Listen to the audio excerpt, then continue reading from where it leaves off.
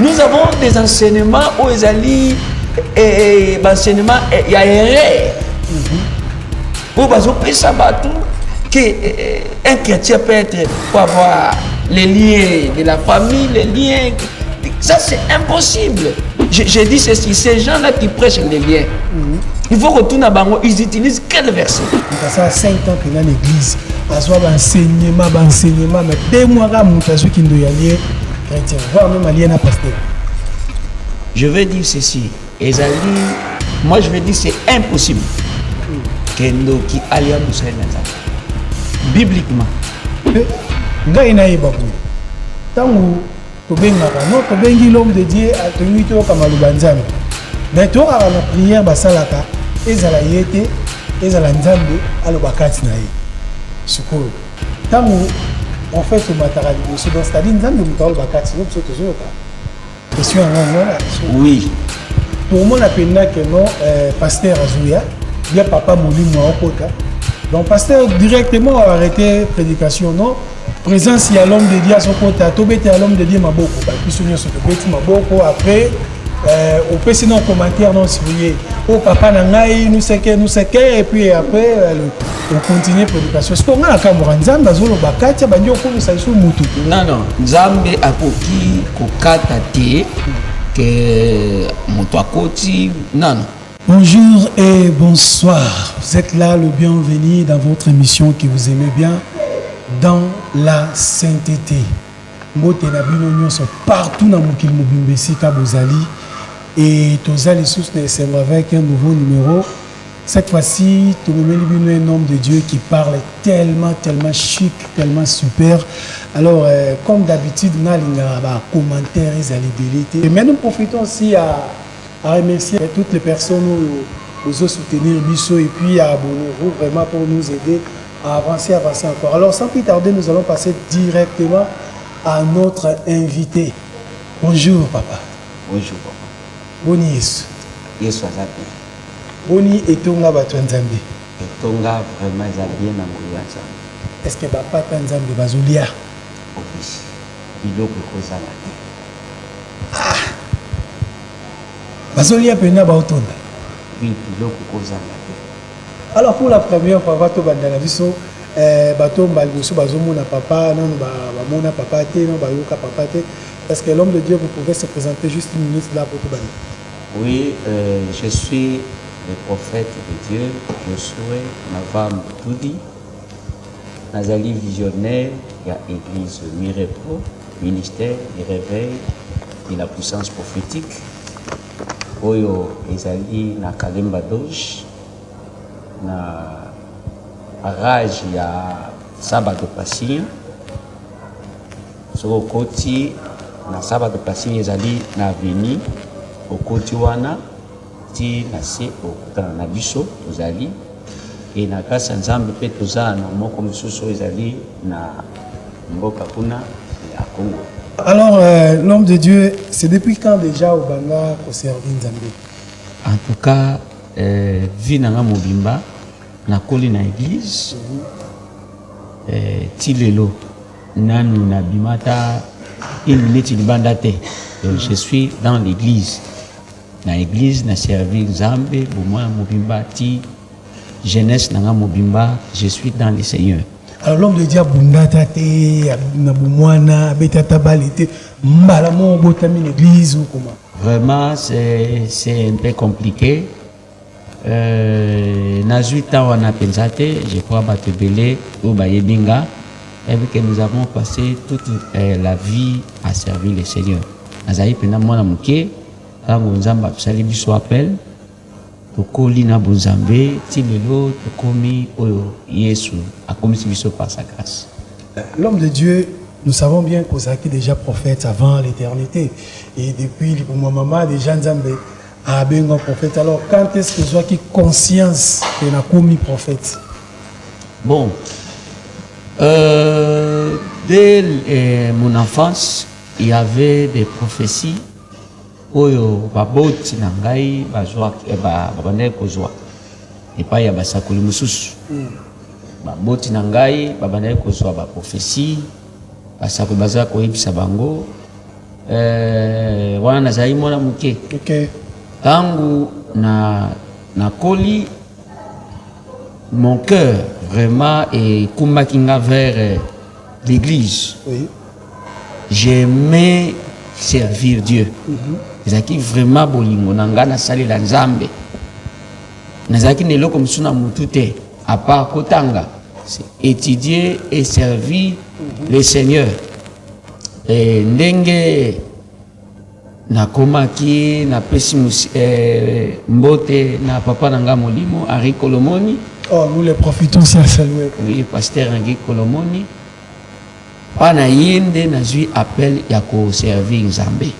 Il a encadré ngai ti lelo, c'était vraiment na âge muke, je crois 13 ans où nous avons commencé à servir Nzambe dans les ministères. Voilà, alors l'homme de Dieu depuis bon mois, mais tout à l'heure, vous savez ce qui est on lit bien. Mais comment expliquer-nous, mon toi Sali, 5 ans en église? Il y a 2 mois liés. Il y a 5 ans en église. À soi, enseignement, mais 2 mois, qui nous alliés chrétien, voire même alliés à pasteur. Je vais dire ceci, Ezali, moi je vais dire c'est impossible que nous qui allions Moussa bibliquement. Donc ceux qui nous qui allions Moussa moi je vais dire que Moutouan Nazaki chrétienté. Donc il y a 2 mois compliqués, église, c'est impossible. Nous devons comprendre c'est quoi l'église. C'est l'ambassade. Il y a Christ dans ma belly. Alors comment expliquer même l'ambassade des États-Unis tout ça dans Mboka na biso respecter l'ambassade wana. Tu ne peux pas entrer parce que même dans l'ambassade nous avons des commandos américains. Alors si vous touchez à l'ambassade, vous touchez la République américaine. Et l'église du Seigneur, Oyo, le tout-puissant Zalarawana, donc il y a 2 mois, même je veux dire il y a 1000 jours, à compliquer l'église, c'est impossible. Mais non, soldat au lobby d'ambassade, soldat pena commando. Mais balié donc chrétien ça les 5 ans en église. Donc il y a 2 mois compliqués, vie n'est pas que le cas de délivrance. Papa, j'ai dit c'est impossible. Tu sais aujourd'hui l'église a évité au yaza. Falta ya koyeba koyeba te oyo yoza. Ça peut aussi te compliquer. Nous avons Dieu à nous. La Bible dit que notre corps, c'est le temple du Saint-Esprit. Et comment expliquer que Jésus, le Saint-Esprit, est à moi, Dieu, le créateur du ciel de la terre, Azakati Nanga, Mendoki, Alienga. Ça veut dire allié Nzambe Katinanga. Ça, c'est impossible. C'est vraiment impossible. Nous avons des enseignements aux alliés. Et l'enseignement il y a erreur où qu'un chrétien peut avoir les liens de la famille, les liens, ça c'est impossible. Non, on a suivi aussi un pasteur, le but propose à la pasteur en étant aussi lié, donc il faut pas délivrer nos pasteurs. Papa, ce sont des enseignements non bibliques. Il n'y a pas un verset où vous pouvez dire qu'un pasteur, non, un pasteur, un chrétien a un lien. C'est quoi un lien? Un lien, nous avons Toyebi Nakala, comment vous avez esclaves. Nous avons esclaves, Bakangi Bango, Basinga Namaboko, Namakolo, Baobenda Bango. C'est ça ce qu'on appelle des liens. Alors quelqu'un qui a crié à Jésus-Christ. La Bible dit il n'y a pas de condamnation pour tous ceux qui sont en Jésus. Amen. Alors ce verset-là, la Bible dit que celui qui est à Christ est une nouvelle créature. Les choses anciennes sont passées et toutes choses sont devenues nouvelles. Okay. Qui sont les choses qui sont devenues nouvelles? Nous devons comprendre ça. Et toujours l'église c'est ça ce qui tue l'église. kopesa bandimi oyo eza contre évangile. Ce sont des choses qui sont contre l'évangile que nous prêchons, toujours rendre œuvre de la croix zéro. Alors papa, c'est moi j'ai dit ceci, ces gens-là qui prêchent les liens, il faut retourner à Bango, ils utilisent quel verset? Et quel est le pouvoir de la croix par rapport au lien? Bon, on va lien toucher après, parce qu'aujourd'hui, tout le la réalité. Mais dernièrement, tout le monde qui prédication et à prophète, ça y est, que nous, yokufana. Mais le quoi, nous bêtons sur le bakou. Ah bon? Oui, c'est ça que yokufana.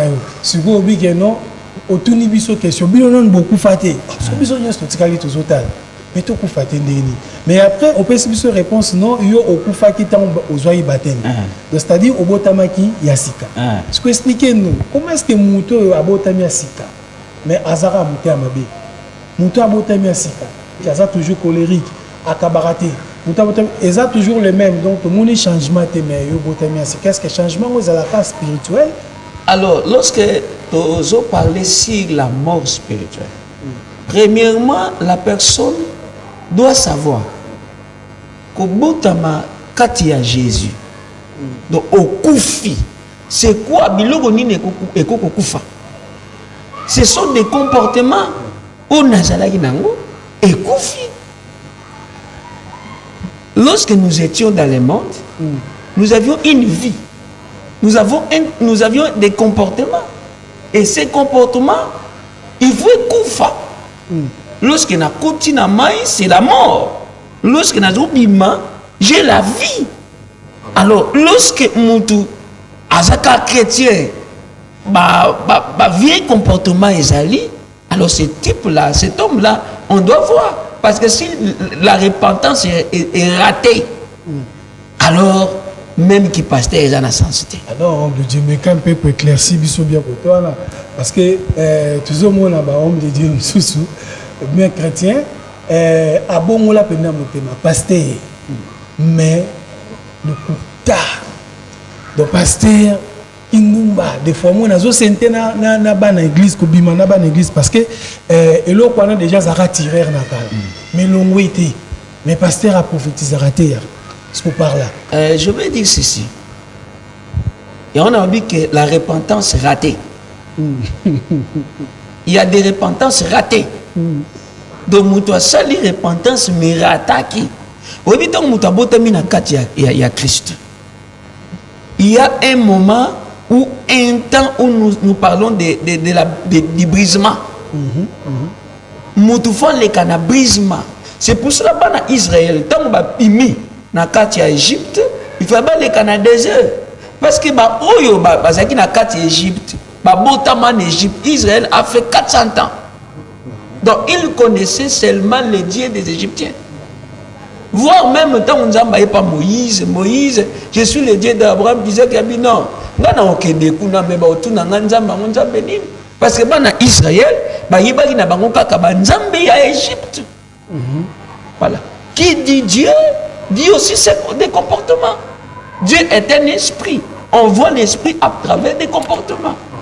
Alors, lorsque Bana Israël babimi, Dieu savait que bateau ce sont les Égyptiens. Je dois les briser. Okay. C'est pour cela raison il y a 40 ans, et ça qui raison il y a briser le comportement de ces gens-là, Banzambi Égypte, le comportement Égypte. Tu vois? Oui, n'appelle un exemple moko.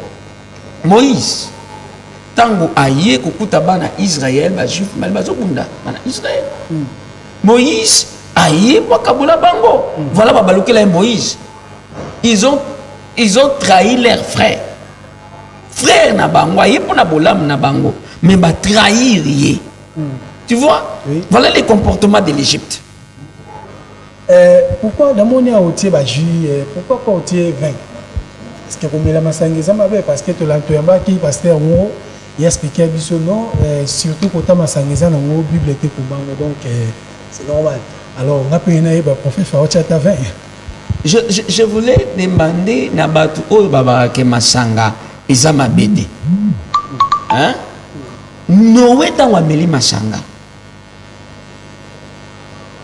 suka na eza kinya de ngolaki bilamba et mwana na ya mona mutakala na tango muto ameli masanga ne bato balobaka ke ona mela mukie na langwa te papa so za na posa mai o meli mai il faut posa mai esila yo komela penza oui so za na posa eloko komela mukie te o komela penza donc en bref masanga papa eza interdit d'ailleurs bato balobaka ke eza permis te je voulais na attirer moi attention à bango tout le monde qui sont nés loin du Saint-Esprit bato wana nyonso babane kopekisa bango masanga Samson Amen. maman ne baba qui akomela masanga te parce que l'enfant était loin Jean-Baptiste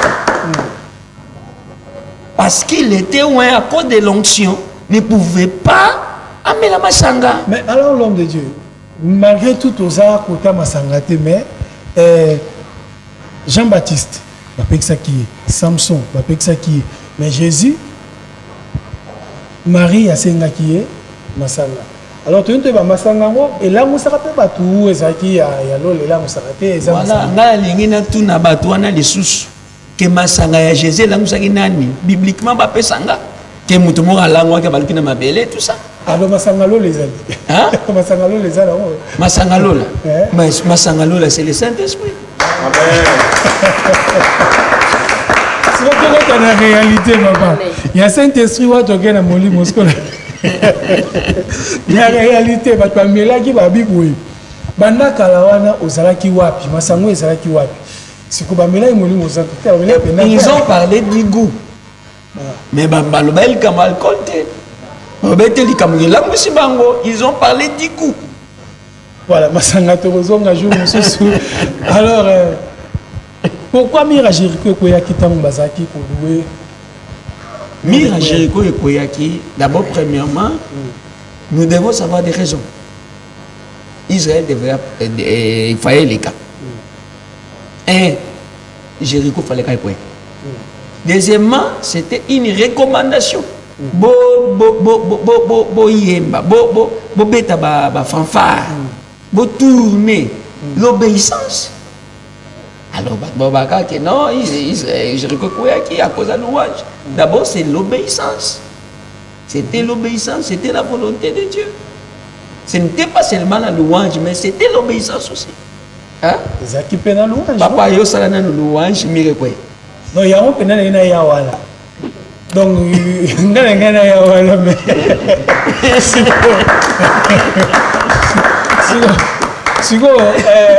Mais ça qui peut louange quand même. Mais non. Non, papa. C'était d'abord l'obéissance. Parce que nous avons obéir,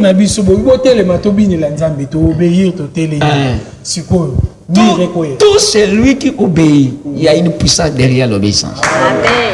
Ah, tu as la réalité, papa. Tu as la réalité. Mais qu'est-ce qui fait alors en église louange Moutaro bin surtout rien à voir. Des fois où tu es côté distraction, des fois où tu Moutaro bin et là tu es commis au déranger l'autre sœur ou l'autre frère Azaki, Sima ou Azaki Pembe Nazotala. Ils ont souhaité délivrance Moutaro bin Biki. Qu'est-ce qui fait cela? Est-ce que ça Bino Bakambi Nabiso ou bien Saint-Esprit changeant? La Bible dit l'heure vient où il est déjà venu. Les vrais adorateurs adoreront le Père en esprit et en vérité. Je voulais seulement dire, premièrement, Dieu est esprit. Et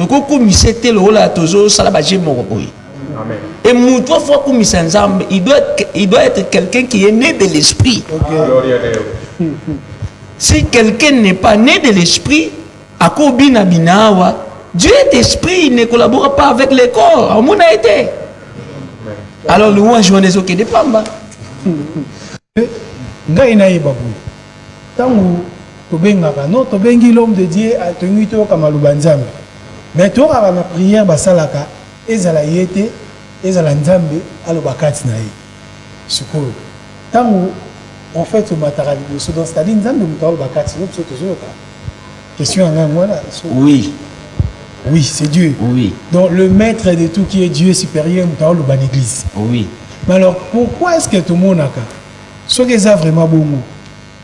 Au moins, ceux qui pasteur Mouraza reconnu, ou bien pasteur Mouraza, le grand pasteur, soi-disant, au Goloba, sera à côté, au moins, la peine maté à fois arrêter.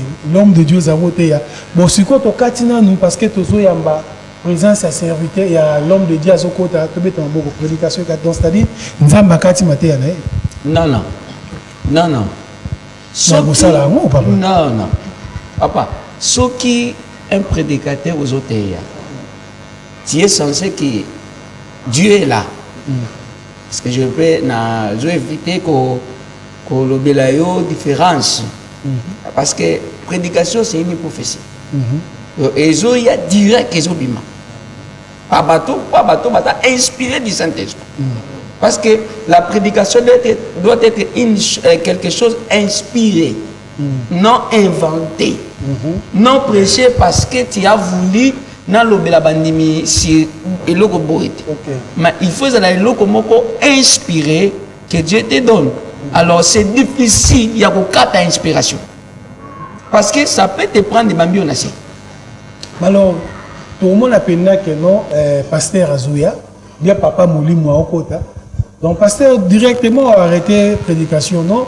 Présence, il y a l'homme de Dieu à son côté, Tobete à l'homme de Dieu Maboko. Puis, on se Tobete Maboko. Après, on peut sinon commentaire non surveillé. Oh, papa Nangaï, nous sais que, et puis après, on continue la prédication. Ce qu'on a à Cameroun, Nzamba, Zolo, Bakatia, Banyo, Koulou, Saïsou, Moutou. Non, non. Nzambe a koki, kokatate, que Moutouakoti. Non, non. Nous, chez nous, j'ai dit chez nous. Ce n'est pas l'éducation qu'on a fait. Quand moi, ce qui a continué la prédication. C'est après, à cause de ça, pour présenter papa à côté. Papa, nous devons respecter l'homme. Nous devons aussi donner l'honneur à nos pères. Mais nous devons savoir que Bissonio, sont tous appelés serviteurs. Et ça, la papa, moi, Coco, tout ça, serviteur. Donc, on peut ça monter place, il y a un voilà. Alors, on a suivi aussi le pasteur Charles, Azaki ex-Sango. Donc, Azaki ex-Sango magicien. Le pasteur Charles Absoubou, il y a une réunion comme ça, et les seuls moutons à côté de retard, mettre en avant. L'union se pose en l'air, mais il y a un dirait tout le monde dans l'église. Au moins, l'église est bandit, pasteur Azati. Tout le monde a un sous-casse, comme un pembenaté, pasteur Aïe. Est-ce que l'eau est ma bête ou est ma lame? Pasteur Aïe a un moment lignaté. Bon, on ne peut pas tout condamner. Le pasteur, c'est un sacrificateur. Oui. Le peuple peut être en dehors. Lui, il est là en train d'intercéder. Ah, papa Vandi na voiture libanda. Non, voiture. Seulement que cause de la voiture. Ce qui n'a eu avant, na cause de la bureau, je suis en train de prier, d'intercéder. Nzambe, Bananayo, Place Bazali, tout ça. Mais la voiture, c'est vraiment être impoli. C'est vraiment être impoli avec Dieu parce que la voiture existe. Voilà. L'église, c'est autre chose. Pas bien. L'homme de Dieu, nous devons savoir que Nzambe Moutaponi Bisso. Donc, Toponami n'est pas une Nzambe. Donc, Naïo, aux leaders, les appels leaders, nous sommes allés à il faut bangayer. Donc, Salanio, ce n'est pas un leader Naïo. Que serviteur de Dieu parce que nous devons craindre aussi notre leader, notre père. Il n'a pas mérité donc on a un serviteur. Voilà. Alors l'homme de Dieu, le fait dévorant. Pourquoi tu veux ensemble le fait dévorant? Dieu le fait dévorant. Parce que sa colère est pareille.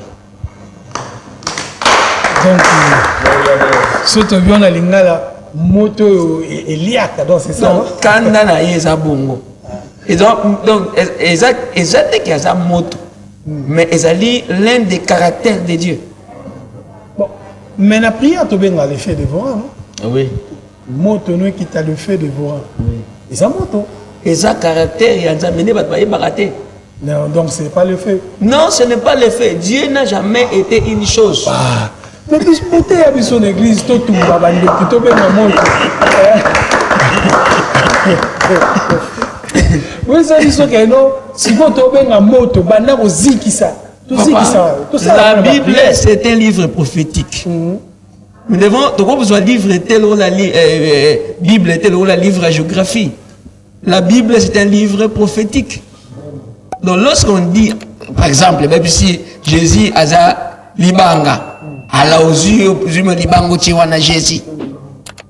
Ça veut dire que Jésus a li lumière aux yeux mouinda, il y a tiwana Jésus. Non, ça ce sont des caractères où à présenter. Donc, Dieu est plus que Dieu. Il y a moto de la démon, ils ont correcté. Nous pouvons envoyer les faits, hein? Nous pouvons envoyer les faits, mais non pas sur les personnes. Non pas sur les personnes. Parce que ma personne ou on a besoin de créativité. Non, pas démon, papa. Ah, les démons, si. Si. Pas démons, nous allons les faire. Amen.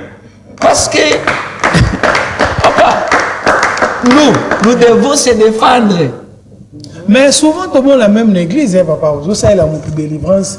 Donc, il y a moto, sur quoi tu m'as dit, sur le but personne. Bon, c'est l'esprit qui parle. L'esprit est dans la katinae. Nous devons savoir que la Bible dit notre corps c'est un temple. Nous autres, on a vu sur Zarandako. Où Dieu est là, où l'esprit mauvais est là. Amen. Alors, lorsque la délivrance, nous avons besoin de esprit wana. Si c'est Dieu, alors le fait va aider. Ce qu'on a un problème, c'est l'effet dévorant. Moto wana, est-ce que le dévorant, c'est un démon? Papa, dans les temps prophétiques, les diables a son temps où carrière n'a pas possible. Alors pourquoi Apocalypse chapitre 12 verset 12, la Bible dit les anges, Bazolo Bababi, errez, vous qui êtes dans les cieux. Parce que Dieu est avec vous. Malheur à la terre et à la mer. Parce que le diable est descendu vers eux, animé d'une grande colère. Donc nous devons comprendre que même le diable a travaillé, il a peur. Moi je dis souvent que le diable a peur de la mort. Le diable même a peur de la mort parce qu'il a dit que lui l'a payé. C'est pour cela, avec son temps, il est en train d'opérer. Papa, ce qui nous a fait opportunité, comment le diable est en train d'opérer. Papa, il dit que le monde est en carence. Vous êtes belé, papa. Ah. Oui, papa. Vous êtes belé, ma pasteur, ils ont reçu leur surprise. Et belé, tout ça, vous êtes belé. Question, moi, on a un Jésus. Ce qui est présent. Ok. Jésus a dit, est-ce que mon colonel Roya n'a pas condima? Amen. Ngana tout na ye le soga ye Jésus. Jésus au monde a église belé au monde a pasteur belé te. Alors pour na website biso ko ya ye basamuke. L'homme de Dieu, pourquoi il sauve ta vie dans l'église? Il sauve ta vie dans ton église parce que baba na ko sala makambo et sala maraté l'église. Netini. Côté qu'en église. Bon ici là. Hein? Bon ici là. Ici là t'es. Alors c'est qu'à zobeta ratile.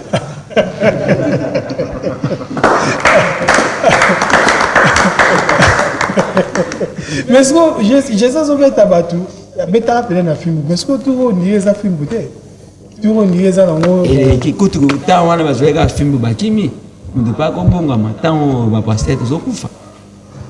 Siko na lelo to mona mote na lelo to zo mona commerce zakaka.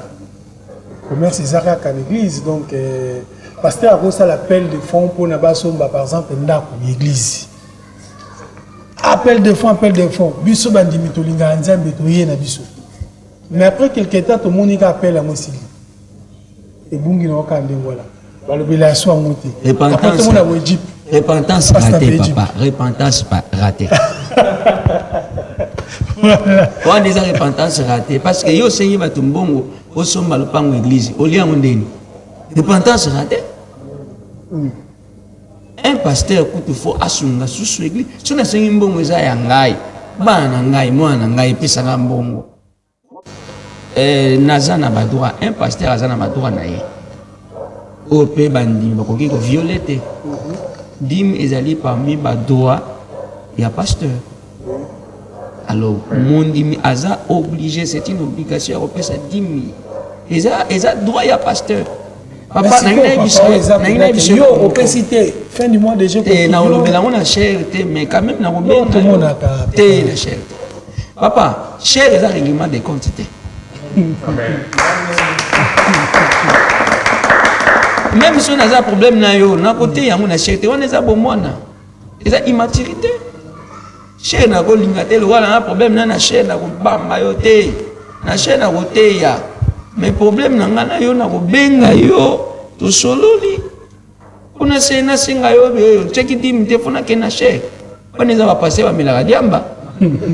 L'homme de Dieu, ma prophète Nathan Wakala, tous à que mon asoki, mboka moko bien pays mo, boza na prophète mo boyebi, na président Zarobanga. Parce que ce prophète wana à Lobil, dernièrement, tout la dernière prédication, biso prophète Eli akangara mbula, akangi mbula batu, mbula ezobeta te akangi penda batu mbula, pesi punition penda mbula ebeta te. Alors, tu okangi maté ya wana. Est-ce que le prophète Eli va se rajouter? Le prophète Baza. Si vous avez un côté président au monde, ici. Et là, il papa, tu travailles à côté pour nous coûter un président. Mais ambition n'a pas coûté un président. Ambition n'a pas coûté un président.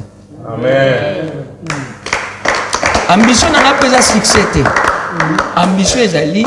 Na sali la nzambe ndenge nzamba lingi. Alors, il faut donc comprendre les dispensations. Bata Eli, tout ça qui est dispensation nini. Et puis, bango bazaki ba prophète de la nation. Donc nzamba taki bango pour la nation à Israël. Nathan o ba prophète, tout ça prophète de l'église. Ah, OK, je comprends. Si vous avez une nation, vous avez soutenu. La nation, c'est ça qui n'a mis ça. Il y a prophète de la nation. Il y a pays à Zate, papa. Il y a prophète de l'église, papa. Mais si vous prenez tout le monde a un prophète pour Bimi, papa, pour Bimi, non, nous avons joué pour Mboka, les Kamgoya, Mboka. Nous n'avons pas l'église. Même ceux qui ont prophétisé sur Mboka, ils ont comme prophète de la nation. Dispensation prophète de la nation, papa, et ça l'a soutenu.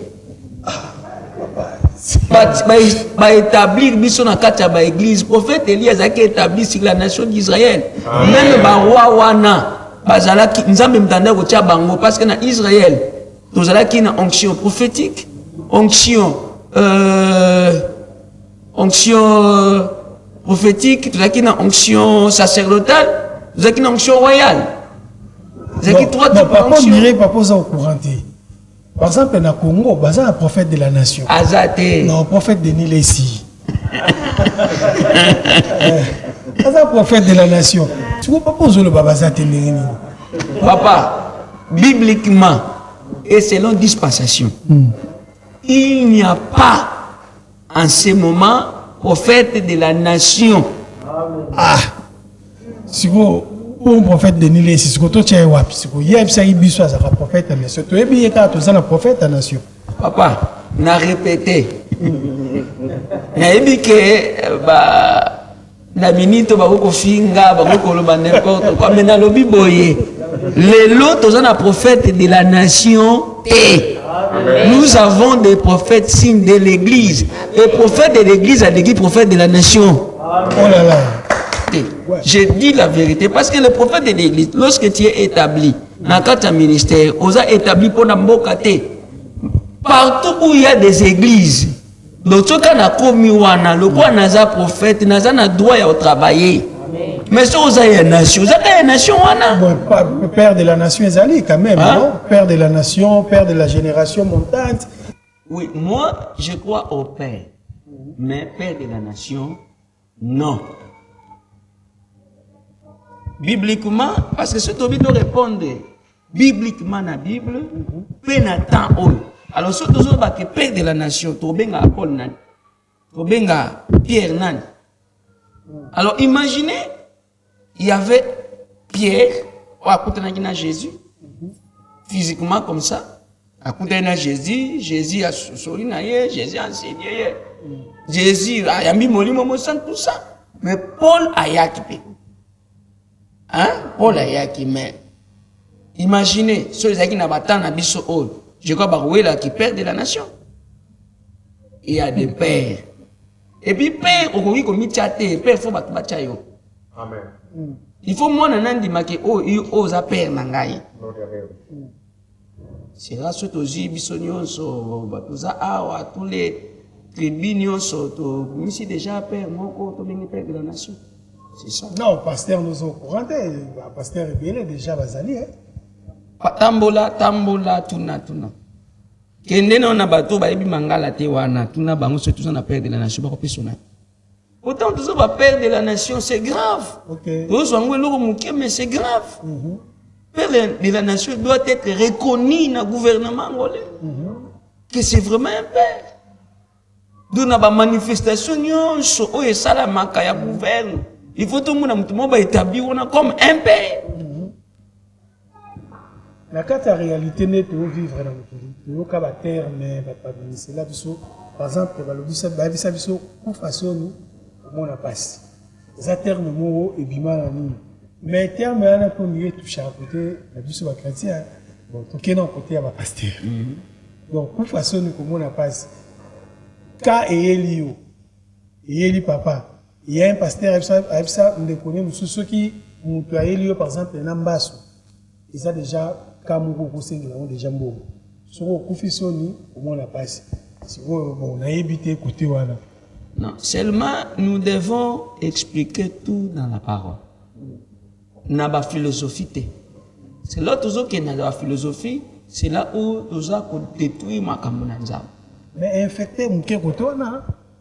Non. Yo bo okokino osengate osambele belé mutabiki akena yo confessionnel. Non, papa. Dans la Bible Zolo Babi, vous avez reçu gratuitement, donné gratuitement. Nous devons savoir, nous avons reçu quoi et nous allons donner quoi. Je vois marqué Jésus, bon. Répondre non, mais papa, côté on c'est grave. Jésus. Non, bah c'est singa yombongo te tango zoki batemba singa yombongo tango lera sense basinga yombongo mais est-ce que pour nous sambela mutu bo pesa ba enveloppe c'est-à-dire donc bo taxer parce que la Bible dit ça surtout ba ka ba mbaso est-ce que batu baye est-ce que na éviter papa soko yebi que bibliquement quand pasteur alinga prier pour nayo tu dois avoir une offrande. Quand la Bible a dit c'est une obligation. Offrande volontaire ou obligatoire? L'offrande n'a jamais été volontaire. L'offrande a été une obligation. Okay. La Bible dit Okoyananda Kwanzami Maboko Pambate. Okomona prophète Maboko Pambate. C'est une obligation. Mais ce qu'on dit c'est ça là que le prophète Moko Sarabisou. La prophétie. Moi je crois que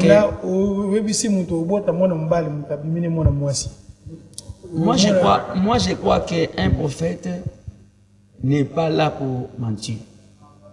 Un prophète est là pour la vérité. Est-ce que tu ça m'a trop? Non. Prophétie parce que la prophétie c'est quoi? La prophétie c'est quand Dieu descend dans l'homme et l'homme n'a pas à participer à la volonté na yete. Le nengo fando na nzamba kitika wana na nzoto na yo. OK. Donc ozo transmettre volonté na ye sans vouloir ya yo. Mais la réalité comment on jet d'esprit? Non. Wana ba jet d'esprit ba nen eza prophétie. Mon esprit est que na ndako na bino. na kotiti na chambre na bino.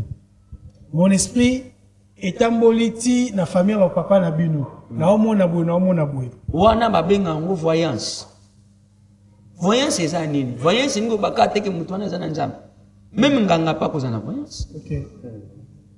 Voyance ezali niveau spirituel mutu aza nango. Ce n'est même pas un don spirituel. Il n'y a pas un don de la vision. Voyance ezali ndenge mutu. Dimension spirituelle aza nango, nenga mati ezape mulai ya komona na ye. Soki na mati na spiritualité makasi, naza na facilité omona makambo na profondeur. OK. Ngolo bakate ke mutu na sana nzambe. Nganga akoki propesa voyance. Ngo bate mutu atanga bina koti na chambre na yo, na ke na 5 mètres, ndengo bakaza na nzambe na. So nini sala rappel na biso bandimi. Na bino ba papa tozo kola te. Tout kalaka ndenge moko. Dans le sens que nous avons ça 10 ans d'église. Mais à ta versé et on défendre les jours hein, to landai na mateya ndimiaza na ngote. Parce que côté la bino papa au monde bo général sauté. Pasteur ba mara minene jeune ko mara ko na biso. So pourquoi comment vous? Il faut qu'il y ait un principe spirituel. Eza na batu belé, eza pe na ba pasteur belé le tozo ba pasteur, mais ba eza ba yi ba principe spiritualité. Mais prophète tout le monde pas na voiture, eh naza. C'est que non comité. Hein? C'est que non comité. Non, ce n'est pas mon objectif. Objectif nanga eza te ko za na mutuka. Comme kolo to mo ba contact na ba conférence ka ba contact. Soki eye nzamba pesinga gloire à Dieu. Mais eza penza objectif te que il faut nazala nango. Mais soki nzamba pesi d'abord mutuka pa la biso eza lix. Mais soki na ba Europe eza lix, eza moyen à déplacement. Amen. Mais eza na un homme de Dieu ngana yebié mais to lo ba kombote. Akangisa bana nyonso gêne, habito gêné to kende biso nyonso na ngomba. Mais après yo changer habité ngamo kam na okina ngomba na okota gêne. Il y a 2 semaines, on a été nommé la maïté, montagne au talangati. Mais pasteur Azaini Nanda. Abatamani Nanda. Si vous savez que après 4 jours, Bana Bakangi Mouté Mababi, non, histoire vraie, papa. Bana Bakangi Mouté Mababi, non. Papa n'a pas place à ça à cause attend besoin moi maï. À cause attend besoin de kitarawana attend moi biscuit. Et tout quand ça tout ça surprise tout qui est là papa. Bana bakangisa bakasha basala penda kolina bango babino to ke na montagne ya Benfica. Siko erreur moi na moko asala ki a signalé papa na tongo no papa tozo ya siko papa zaina ndako. Abengi collègue na tunye Benfica ezara wapi yebi Benfica passe ezara te passe par matara na montagne. Siko qu'est-ce qui fait cela likamo yumuko ko kate mo yo forcer bato basala mo par exemple to ke na kaba jeune. Yango moni ne bande to bezaki si repentance ratée. Papa, repentance e bandeli ya mutu. Soki papa moni mosungi yete. Abo obunga mabinte. Ba pise ba discipline bien te to pima na kiyanke. Ne to mona pasteur musomo na olo bana kiyanke nyonso. Alors, donc, il y a vous comprenez? Problème, il y a un repentance ratée. Okay. Il y a un musicien à l'Oba terme de Kouta, Koutikeli, technicien, na bataille. Koutikeli, technicien, na bataille. Il y a. Et là, on dirait qu'ils ont infecté cette église. On dirait qu'à fois les musiciens na batailleur na pasteur. On dirait que baksa soit les angadi parce que le côté comme na ba homme de Dieu tout donc homme de Dieu so sali musala ou bien ozana likamu so comme na moment ka pesa mbongo ba tout rozwana lukuta donc qu'est-ce qui fait cela maintenant? Moi je crois mbongo ezana poche na yo ko ya pala nga il faut nzamba toucher yo ya. Donc ceux qui nous ont touché au thé, n'a pas ça ba mécanisme ni sur yate. N'engé un magicien a combé ta prière nae pour démon aya kozambongo na tinde pa nae. Nenge biso basala nzambe normalement pour na zombongo pour na funza mba toucher a toucher. Souvent beaucoup mon qui m'a baka papa. Nous te penda yena mbaso boye. Le protocole peut nous signaler té pasteur Azati. Nous te mbaso ne penda zongi. Nous te penda zoya na maladie grave penda botali kao pasteur déjà au tal moi zara na système na taille la déjà soit tel signalé ka secrétaire bo ba pasteur Azata za voyage. Donc mutazongi. On a bakamu ko mebele. Tout dépend il y a Jésus aux anaïs. Si aux anaïs Jésus amuké. Ah, mais tout passe. Papa, na Bible, tout dépend de Jésus aux années. Mais il est sûr que Jésus n'a pas à secouer ça Lazare ou à Koufa 4 jours.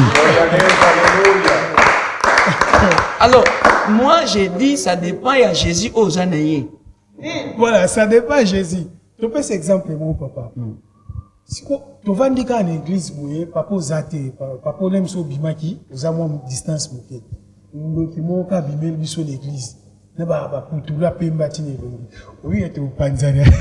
Si vous papa Zate, donc tu es là, tu es pour ton qui va. Ça dépend de l'enseignement aux églises. Amen. Na se força ka awana mirepo ko ebisa bana na nzambe que toza na Jésus oyo aleki bandoki banganga aleki bango. Ça dépend de l'enseignement papa. Moi il est to lekisa église to la église que bisonde. L'homme de Dieu pour la qui sous prédication tant aux avotés au bétia qui bako. Ah bon. Biso to juger ba ange. Oui. Ah, si il se na bien votre là. O boy biso to lo ba ke to biso nyo so to na biso ba sumuki. O bi to ko lo ba so elo kwa na te. Mais to ba sumuki. Vous avez sumuki? Oui. Mais non. Soyons to betali bako. Betali bako. On a beaucoup proverbe. Expliquer biso to comprendre bien to juger no ba ange ndenge ni. To ba ndenge ni. Et puis, bah, on a besoin de faire des bisous, est-ce que papa yebi ba ange baza comme il peut pas juger mon rôle mon corps. Quand on a papa, est-ce que tu as qui peut bien? Ngamutu na lobi amote. Apôtre Paul azolo babi biso to ko juger ba ange. Peut to ko juger monde. Monde a ko juger biso te. Nulle part na Bible babi monde faut juger ba pasteur. Toi juger ba ndimi. Parce que le monde est aussi le jugement na biso di boso ya nzambe. Pe ba ange ba aussi le jugement na biso. Boso ya nzambe. Yo mtozo ba ange za mo santo. Mais Bible dit que ange za mo santo. Non. Na ko biso ke ba ange ba na ko péché di boso za ba ange. Zé ba tete. Genèse chapitre 6. Amen. Ba ange ba yayo lukaba sabat. Non, c'était pas avant Adam, non? C'était avant Adam. Mais ange a dit que c'est avant Adam. Genèse chapitre 1, verset 2. La terre était informe et vide. Il y avait des ténèbres à la surface de la Bible. L'Esprit de Dieu se mouvait au-dessus des eaux. Donc avant Zamba qui l'a montré. J'ai dit que les anges babana ko péché avant battre. Montoya kokuta déjà ange a péché. Ange a péché à Zarana Nzambe. Ange a Zarana Nzambe bon. Ah mais Dieu créa les cieux et la terre. Ma cieux est belé.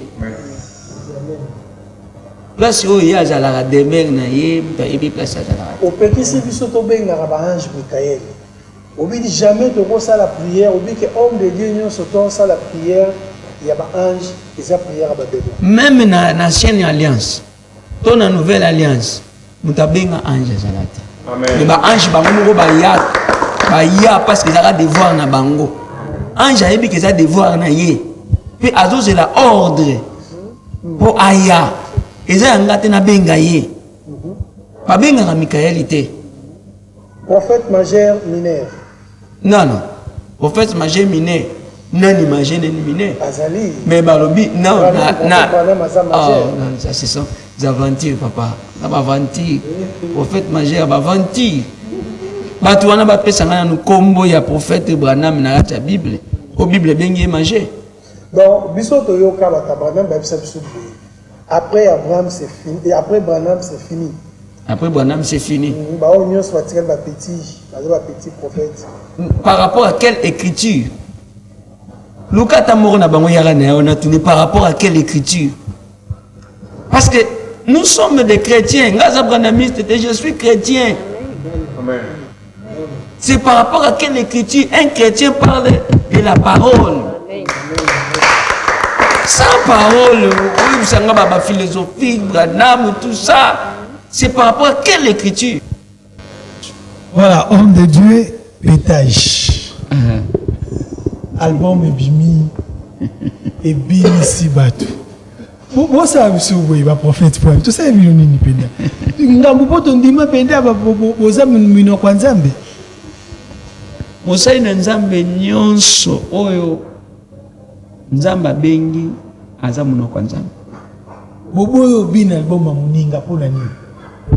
Asali album wana ebite eza côté nini? Eza chrétien, eza religieux, eza abimunga na chubanga tonga soki nde nini bon rappelons na lien bien te bon tozo ba penza te eza wapi ayebisa biso musique wana sali ezali chrétien eza religieux eza profane donc atela biso en quelque part prophète de la nation quand même akobeta ta musique ya mukilité oh minga zomona ndo ko Nzambe wana te na base wana ne balati ba jipe wana na ebite makolo batiki mpo manani ototala autant on a rien à adorer na quoi adorer na muto azobina musique ndengo non l'église peut baser bazala pe balata ndengo na mona pe prophète ozote ya non normal et parce que on a tout ya na ote ya ebo bongo masiko ya azobinela ngai te prospérité pas te ya bongo mato te yo kopambola mo kende bakoto biso dote objectif eza tout on ba bongo ba comme ba disciple Jésus Matthieu chapitre 28 18 à 20. Voilà, Tokomi Nabiso, na Souka émission Nabiso, nous étions vraiment bénis avec l'homme de Dieu. Et nous profitons aussi à saluer le frère Denis de Jésus, ici aux allus, la prophétesse Angela, Glody Matondo, le boss de Pession Moté, et Lili Boma, la parisienne, le Christ, de Pession Moté, c'est qu'ils allaient au Koutani, l'émission Ezoya, Chao Chao. Voilà l'homme de Dieu, aussi si nous avons une émission, pour nous que moi, on peut ça. Moi, les lobana, bateau, bazola, nayo, oyo, à ce période, oyo, kayo, a contacté papa, au moins c'était pour arriver jusqu'à l'église, l'église des Awa, et puis, numéro à contact, on a bateau, nous, par exemple, pour ça, ok, merci, na bandeko oyo. La biso Zambe vraiment à pambola bino je crois tous awana pour servir bino bana Zambe par plus bozali oui ngai prophète Josué bonheur mava motudi église ezali na Kalemba Doge ce qui commis na Kalemba Doge au 15 là lokozo kene 11 au comité na parage ya Kumangol au Katisi Prince eza na parage mususu wana babela kasaba du Pasia au koti na avenue wana numéro nanga oke penza oposani mwa muke numéro nanga ezali 942 74 99 07. C'est ça, contact.